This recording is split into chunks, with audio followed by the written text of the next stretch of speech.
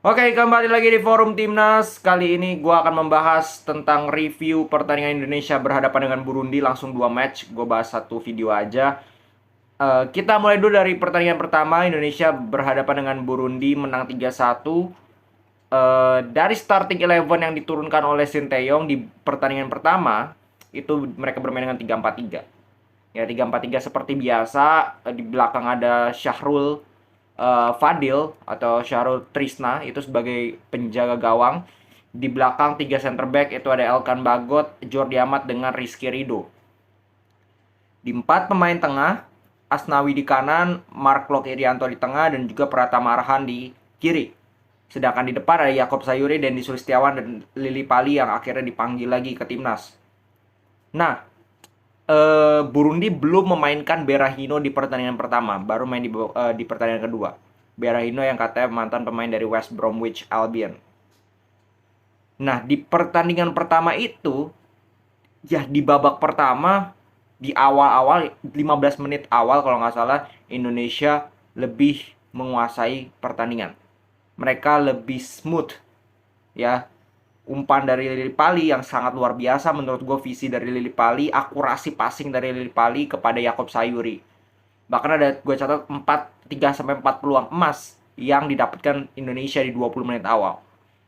Ya, termasuk 2 gol dari Indonesia, dari Dendi Sulistiawan dan juga Yakob Sayuri. Dan terlihat Indonesia bermain jauh lebih baik. Walaupun di 25 menit atas Burundi mulai ambil alih, cuma mereka juga tidak mendapatkan peluang yang berbahaya. Ya, Indonesia lebih smooth, bahkan mendapatkan beberapa kali kesempatan counter. Mereka tidak paksa terlalu gimana-gimana untuk counter. Kalau nggak dapat momentumnya, mereka passing, mereka possession lagi. Jadi cukup baik lah. Lili Pali pun bermain sangat amat luar biasa, terutama di babak pertama. Dia posisinya winger, tapi dia sering masuk ke dalam, sering bertukar posisi dengan Dendi. Menjadi penghubung juga ya, luar biasa. Masuk babak kedua. Babak kedua, ya tadi lupa gue. Gol ketiga itu kan gol giveaway ya dari Rizky Ridho yang kipernya itu nonjok, tapi blunder kiper lah ibaratnya seperti itu. 3-0 di babak pertama, babak kedua Burundi main lebih all out. Masalahnya adalah, ya ini gue nggak heran karena kualitas Burundi juga nggak bagus-bagus amat. Terbukti mereka ngegas itu mungkin 10-15 menit awal doang. Setelah itu, ya drop lagi. Bukan hanya Burundi yang drop sebenarnya, Indonesia pun drop. Dari segi apa? Dari segi stamina. Dari segi pemain-pemain mungkin sudah kecapean. Dan mereka sudah 3-0, nggak ada ambisi lagi untuk menyamakan, mencetak gol tambahan. Sehingga serangannya pun minim di babak kedua. Ya terbukti cuma 1 gol, itu pun Burundi awal-awal. Selebihnya Burundi apakah mainnya bagus? Nggak sama sekali. Walaupun disalahkan rumput, tapi menurut gua nggak make sense lah, karena dua-duanya itu main di rumput yang sama. Artinya kalau Burundi mengalami kesulitan, Indonesia pun mengalami kesulitan. Jadi menurut gua nggak perlu disalahkan faktor eksternal lah, karena secara permainan pun nggak bagus sama sekali Burundi. Terlihat memang perbedaan peringkat 10 itu, Indonesia 151, Burundi 141, itu nggak ngaruh sama sekali, karena ya ujung-ujungnya kualitasnya ya mediocre banget. Kemarin Indonesia lawan Kurasaw aja yang bedanya cukup jauh, Indonesia bisa menang, apalagi lawan yang beda cuma 10 poin. Nah, di pertandingan kedua Indonesia imbang 2-2 lawan Burundi. Ini sebenarnya dua-duanya sama mainnya ya. Jadi untuk home away menurut gua nggak terlalu fair dikatakan. Anggaplah Indonesia main 2 kali di kandang lawan Burundi karena dua-duanya main di Patriot. Nah, Sinteyong melakukan beberapa rotasi dan melakukan perubahan secara formasi. Yang dari 3-4-3 jadi 4-4-2 tadi malam. Di belakang tetap Syahrul, di center back ada Elkan Bagot dengan Jordi Amat. Di kanan ada Yance Sayuri, adik dari Yakob Sayuri atau saudara, gua nggak tahu lah, adik kakak. Dan di kiri ada Edo Febriansyah. Yang sayang sekali dia harus ditarik keluar di babak berapa itu? Babak pertama, babak kedua ya. Bentar. Babak pertama udah diganti karena cedera. Terus di tengah itu ada Yakob Sayuri di kanan, Kambuaya dengan Klok di tengah, dan Stefano Lillipali di kiri. Di depan ada Dimas Derajat dan Dendi Sulistiawan. Nah, sedangkan Burundi yang giliran memakai formasi 3 back. 3-4-3 dengan Berahino dimainkan sejak awal di posisi nomor 9. Dan mencetak gol juga pula. Nah, yang gue lihat dari pertandingan pertama, pertandingan kedua, sebenarnya Burundi apakah bermain luar biasa di leg kedua? Enggak juga. Ya, mereka coba untuk lebih ngegas. Oh iya, gue masih bisa terima. Mereka lebih mengambil inisiatif sejak awal, gue bisa terima. Tapi di babak pertama, there is nothing chances yang dibuat oleh kedua tim. Indonesia pada saat menguasai pertandingan sulit untuk menciptakan peluang. Ketika mereka menguasai bola, sulit untuk menciptakan peluang. Kita lihat pemain-pemain itu nggak nyaman dengan formasi ini. Mungkin karena sudah terbiasa bermain dengan 3-4-3. Ketika diubah jadi 4-4-2 yang cukup radikal perubahannya dengan 2 striker, pemain itu kebingungan. Lili Pali yang di leg pertama mainnya luar biasa, di leg kedua nggak kelihatan sama sekali. Sama sekali. Klok pun sering salah passing, sering mengambil keputusan yang salah. Yakob dengan Yance ya bekerja keras tapi nggak create banyak peluang juga. Dimas Derajat pun demikian. Masuk babak kedua. Babak kedua, ya nggak banyak perubahan. Bener-bener gue separah ini dua tim ini menurut gue tadi malam karena sampai gol Witan itu nothing peluang yang bisa diciptakan oleh Indonesia. Burundi kalau nggak salah ada satu yang double save-nya Syahrul Trisna.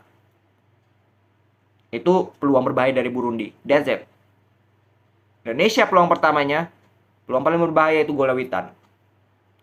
Cross passing datar dari siapa, Dendi Sulistiawan.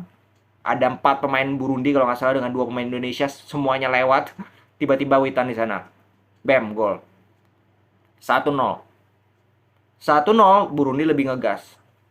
Tapi ngegasnya Burundi ya, mainnya pragmatis, crossing. Dapat di menit 80 crossing juga. Ya gue nggak ngerti lah kenapa udah main dengan Jordi Amat, Elkan Bagot, bahkan Rido dimasukin kan jadi 3 back lagi, terus plus Klok itu berapa kali juga telat untuk menutup heading sehingga kalah duel heading terus. Akhirnya kebobolan menit 80, menit 90 itu Indonesia kebobolan lagi. Lewat apa? Lewat heading juga. Di situ Jordi Amat telat untuk duel. 2-1. Nggak banyak peluang juga ini bisa diciptakan Indonesia. Ujung-ujungnya lewat hal yang sama dengan Burundi, yaitu bermain crossing. Jadi Jordi Amat cetak gol di menit terakhir dan skor imbang. Jadi apakah layak imbang? Layak imbang. Bukan karena kedua-duanya bagus. Skor 2 sama ini kalau orang nggak nonton pertandingan ya mungkin akan berpikir ini gol pertandingan yang amat sangat seru. Pasti dua tim saling menyerang makanya banjir gol. Tapi kalau orang yang nonton pertandingan ini, which is gue tonton, ini pertandingan yang cukup membosankan pertama. Yang kedua tim ini kelihatan tidak punya kreativitas. Tidak ada peluang yang benar-benar matang yang dibuat dari set play. Mungkin gol pertama Witan doang, that's it. Sisanya crossing yang sangat buruk untuk ditonton. Ya. Jadi ya mungkin ini bagian dari eksperimen dari Sinteyong, terutama dalam mengubah formasi dan nggak jalan. Ya gua nggak ada masalah sebenarnya untuk imbang ini karena pertama poin FIFA cuma naik 2. Kalau menang pun naiknya cuma 5 jadi nggak terlalu berpengaruh. Ini juga bukan tim yang luar biasa hebat. Jadi kalah pun menurut gua unacceptable. Imbang pun sebenarnya ya it's okay lah. It's okay, nggak bagus, nggak jelek juga.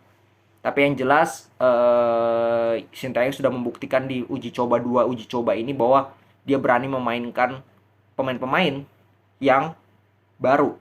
Pemain-pemain yang tidak mendapatkan kesempatan di event-event sebelumnya, dia berikan kesempatan di sini. Yance Sayuri, adiknya Yakob Sayuri. Terus ada Rico Simanjuntak dari bench. Stefano Lillipali juga diberikan kesempatan. Jadi pemain-pemain itu minimal mereka dapat jam terbang di timnas. Ya kan nggak dipanggil Egy, jelas akan memberikan kesempatan kepada pemain-pemain lain untuk membuktikan bahwa mereka juga pantas main di timnas. Oke, segitu dulu. Kita lihat nanti seperti apa. Oh, mungkin update beritanya yaitu Pak Erick Thohir itu tadi malam, tadi subuh itu berangkat ke FIFA untuk melakukan konsolidasi. Belum ada kabar lanjutnya hasilnya seperti apa ya. Yang jelas tujuannya satu, sejalan dengan statement Pak Jokowi kemarin malam, yaitu Indonesia akan tetap menjadi tuan rumah Piala Dunia dengan mengizinkan Israel untuk bermain di Indonesia dan memisahkan antara politik dengan sepak bola. Itu sikap tegas dari Pak Jokowi, dan implementasinya apa? Implementasinya dalam menunjuk Pak Erick Thohir untuk langsung terbang ke Zurich, markas dari FIFA, kantor dari FIFA, untuk melakukan delegasi, untuk melakukan konsolidasi dengan Infantino sebagai presiden dari FIFA. Kita tunggu selanjutnya seperti apa. Yang jelas gue cuma berharap yang terbaik untuk sepak bola kita, untuk negara kita Indonesia. Semoga kasus ini tidak berbuntut panjang dan mengakibatkan FIFA batal menyelenggarakan Piala Dunia U20 di Indonesia, dan itu akan berdampak buruk kepada negara Indonesia, terhadap sepak bola Indonesia, dan mendatangkan hukuman yang sangat merugikan untuk Indonesia. Salam sepak bola, no politics, only football.